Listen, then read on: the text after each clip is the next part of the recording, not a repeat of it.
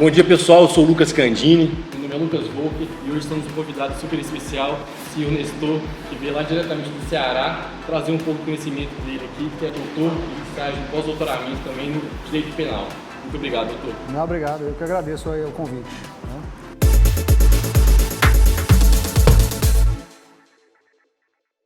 Professor, fala um pouco pra gente da sua formação acadêmica e profissional. Tá, embora eu moro no Ceará já há 17 anos, né? Eu sou de BH, né? Fiz graduação, mestrado e doutorado na Federal de Minas Gerais, né? E depois de um tempo fui fazer meu pós-doutoramento em Portugal, né? Então eu tenho uma carreira acadêmica assim, muito bem consolidada, né? Já tenho 20 anos já de docência, esse ano completo 20 anos de docência. E recentemente fui para a advocacia criminal, trabalhar exclusivamente com a advocacia criminal, que é a área que eu mais me identifico dentro do direito. Demais. Voltando um pouco o tempo, como é que era o Nestor acadêmico? Qual a sua matéria preferida? Isso influenciou alguma coisa na escolha da matéria no futuro? Eu tive bons professores, né? Eu tive um excelente professor, que é o professor José Leonardo Lopes, né? Já falecido, né? Então isso, é claro assim, que o aluno, né, de uma certa forma, ele namora o direito penal, mas se casa com o direito civil, né? Assim, sim, a brincadeira sim. que a gente faz dentro da faculdade. Mas foi algo assim muito natural. O que foi determinante para mim mesmo, né, para poder seguir essa carreira, né, para ser um acadêmico, foi ter assistido uma dissertação, uma defesa de dissertação de mestrado, né? Que a defesa foi muito boa, e inclusive é um professor que é hoje da Federal de Minas Gerais, né? Mas que foi assim foi um momento crucial da minha vida para eu poder, estava assim recém-formado, sem saber o que eu ia fazer, e calhou de assistir essa defesa e decidir por aquilo que eu ia fazer, que é aquilo que eu segui. Interessante, você falou que se motivou vendo essa dissertação de mestrado. Foi. Mas o que te motivou a se aprofundar tanto assim no direito penal, tendo em vista que você fez depois doutorado, foi para fora do país? Porque, na verdade, assim, a minha área é mais processo penal, né? Assim, as ciências criminais de uma forma geral, mas a minha área é mais processo penal. O meu doutorado é em tributário. Porque eu estava trabalhando com processo penal nos crimes tributários. Então, eu tinha que fazer essa interface com o direito tributário, né? Interessante. Então, eu tenho essa visão do penal e do tributário, né? Eu não sei, é difícil você olhar para trás hoje e saber o que efetivamente me motivou, né? Mas acho que o interesse pelo estudo, né? Assim, eu sempre gostei de estudar bastante, então isso foi muito determinante para que eu continuasse estudando, né? O estudo é um hábito, né? Você cria. Eu criei esse hábito desde cedo. E por que a área acadêmica? Porque normalmente muito pessoal quer muito na prática, já direto para advocacia, etc. E a área acadêmica é uma área bem bacana. O mestrado, doutoramento, pós-doutoramento também é uma área bem viável no direito. Por que o senhor escolheu essa área acadêmica, principalmente? Eu quis ir para a academia, né? Assim, eu sempre tive essa vocação de ser professor. Quando eu estudava no colégio, eu dava aula particular, né? Então isso para mim sempre foi um ponto de bastante interesse, né, de dar aula, né? Quando tinha grupo de estudo na faculdade eu participava, enfim, eu fui monitor, né? Então eu tenho um histórico acadêmico também bem interessante, né?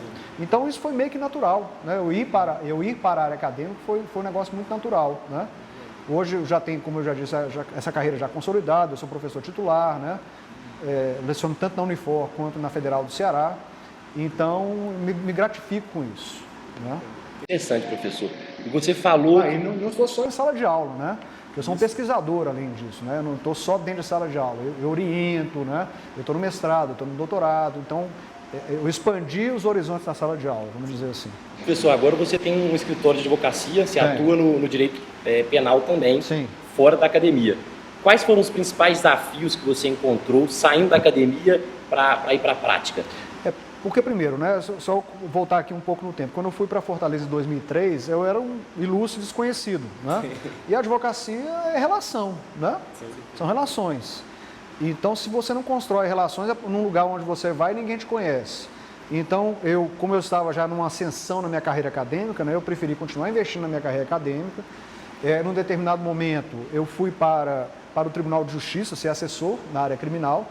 E, terminado meu compromisso com o desembargador a quem eu assessorava, eu imediatamente voltei meu foco para a advocacia criminal, né? E aí eu já tinha contatos. Sim. Então esse network foi muito importante, né? Ele é extremamente importante.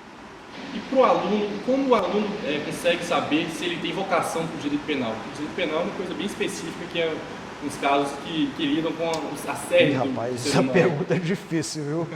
Porque, primeiro tem que gostar, né, da área, né? Eu acho que bons professores me ajudaram a fazer essa escolha também, né?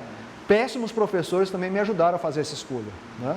Então eu estudava muito, mas estudava porque eu gostava, né? Assim como eu gostava também de administrativo, de processo civil, mas o processo penal, eu sempre me identifiquei mais, né? O professor José Marcelo de Souza, que era da Federal, o professor Marcos Afonso, também que é da Federal de Minas Gerais. Então são professores que me inspiraram a ser como eles, né? E também de ir para a área acadêmica. Professor, nós sabemos que o direito... Para a área penal, né? Enfim. Sim, nós sabemos que o direito penal é uma área tensa, assim, que você mexe muito com o ser humano, o lado emocional. Como que o senhor faz para separar o lado pessoal do seu lado profissional? Tem como? Tem um meio termo? Primeiro, que a advocacia também é limite, né? Você tem que impor limites aos seus clientes, né? Porque você não é pai do seu cliente, você não é mãe do seu cliente, embora você seja, em determinados momentos, um psicólogo. Sim. Então você tem que aprender a ouvir, né? O ouvir é muito importante, né? E saber que você está lidando ali com situações, né, que vão definir a vida do camarada, né? Ali são situações determinantes para você definir a vida do seu cliente, né? Ou da sua cliente, tanto faz. Mas a gente consegue separar, né? Hoje, né, com o uso do WhatsApp, né, da troca de mensagem instantânea é mais difícil, mas você consegue colocar limites, sim, né?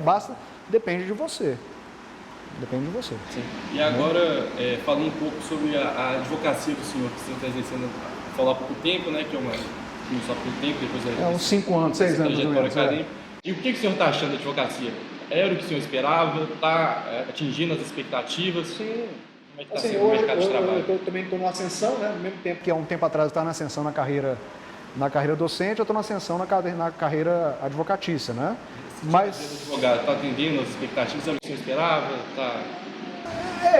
Atende, né? Assim, a gente tem algumas dificuldades, mas nenhum trabalho é fácil, né? E não é a pessoa que vai te procurar também vai te procurar por alguma facilidade, né? Ele vai sempre te trazer uma bronca, né? Você tem que resolver a bronca, né? E ser muito... Não, aí é que tá. Você tem que ser muito sincero, porque muitas vezes você não consegue solucionar o problema. Sim. Você consegue diminuir as consequências do problema. Às vezes você não consegue absolvição, você consegue uma pena menor, né?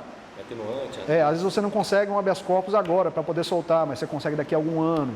Então você precisa, é um tabuleiro de xadrez que você tem que dominar a estratégia do jogo. Tá? Muito interessante, professor. E com todos os nossos entrevistados, em todos os bate-bolas que a gente faz, nós trazemos uma pergunta quente para o entrevistado. A sua pergunta quente é a seguinte: professor, quais são suas limitações no direito penal em relação a defender um criminoso? Se ele for cruzeirense, então nem se fala, né? Não, estou brincando. Até mesmo porque o pessoal lá do Fortaleza é o Ceará, né? Mas assim, eu não cuido de casos de tráfico, porque nesse caso as facções criminosas estão muito envolvidas, né? E, enfim, não é uma área para a qual eu enveredo mais para a área dos crimes econômicos, né? Então, até muito em razão disso, meus clientes têm uma demanda, digamos assim, uma expectativa negativa de que eu não atue nessa área, tá? Isso é um ponto muito importante. E também casos de pedofilia. Mas isso já é uma limitação pessoal. Eu tenho filho, né? Eu tenho uma neta de 5 anos, né? Então, assim, eu não consigo entender, né? Eu sei que as pessoas têm problemas, etc e tal, mas eu não consigo entender esse tipo de crime. Então, esse para mim é a limitação também de atendimento. Pegando um gancho que você falou sobre as facções criminosas, nós colocamos nas nossas redes sociais que iríamos te entrevistar, e um dos alunos, chamado Igor Máximo, ele fez uma pergunta justamente nesse sentido. Qual que é a solução, ao seu ver, para as facções criminosas que são comuns nos presídios brasileiros? Melhorar a qualidade dos presídios brasileiros. Isso é um ponto primordial. Porque você não pode ter 50 pessoas onde só cabem 10. E isso é uma realidade do Brasil todo, né? Hoje você tem mais preso do que vaga. Então você tem mais gente presa, né, do que caberia. Então, isso é um problema para se resolver. Então, a situação do presídio ela é muito importante. Outra coisa também que tem que ser colocada em pauta, né? Que é a discussão a respeito da descriminalização do uso de drogas. O Supremo vai decidir isso daqui a pouco tempo. E para descriminalizar o uso da maconha, porque a maconha, né, é responsável por grande parte dos encarceramentos. Sim. Né? E por pouca quantidade. Então esse é um ponto que deve ser levado em consideração. Interessante. Um bate-papo muito bacana. Temos a honra de ter a presença aqui do professor. E muito obrigado pela presença. Muito obrigado. Obrigado. Até a próxima. Vai nos ajudar bastante a direção do pessoal e fica o nosso agradecimento pela presença do senhor, né? Apesar de estar um pouco corrido. Não, tá ótimo. Excelente. Muito obrigado. Exato. Lembrar o pessoal aí que nos acompanha de nos seguir, divulgar essa entrevista para a gente impactar o máximo de pessoas no mundo acadêmico. Curtir no nosso vídeo no YouTube, se inscrever no canal e compartilhar. Valeu, gente. Muito obrigado. Obrigado. Professor. Obrigado, professor. Obrigado.